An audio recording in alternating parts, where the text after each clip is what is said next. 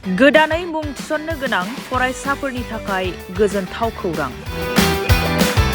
2024-25 सोलोंथाइ बोसोरनि थाखाय क'क्राझार जेडि र'ड सामगावनि भारत पेट्रलियामनि उल्था फारसे थानाय साबसिन रोंमोन्दांथि गोनां बड'लेण्ड पाय'नार पाब्लिक स्कुलाव फरायसाफोरनि मुं थिसननाया सोलिगासिनो दं।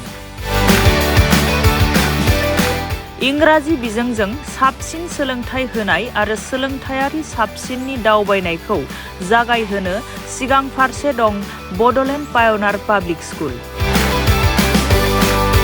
बे फरायसालिनि खाबुफोरा जादों साबसिन फरायसालि, साबसिन फेकाल्टिफोर, साबसिन इनफ्रास्ट्राक्चार, एयार कन्डिशनेड क्लास, स्मार्ट क्लासफोर, गेलेग्रा फोथार, सुइमिं पुल, सोलोंथाइ। गुवार गेलेग्रा फोथार गोनां फरायसालियाव गावनि रोंगौथिखौ दिन्थिफुंनाय आरो नोंथांनि गोहोखौ सुइमिं पुल सुबिदाजों जाफुंसारनायाव गोजावहो।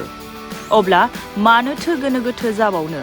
थाबैनो नैबे कन्टेक्ट 6901253728 नम्बराव सुलाद लाना गावनि फिसानि इयुननि गोजों सोरांखौ दानानै होनो मुं थिसननो थाखाय खौरां लाहरदो।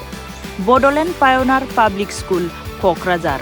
थं क'क्राझार सामगाव भारत पेट्रलियामनि उल्था।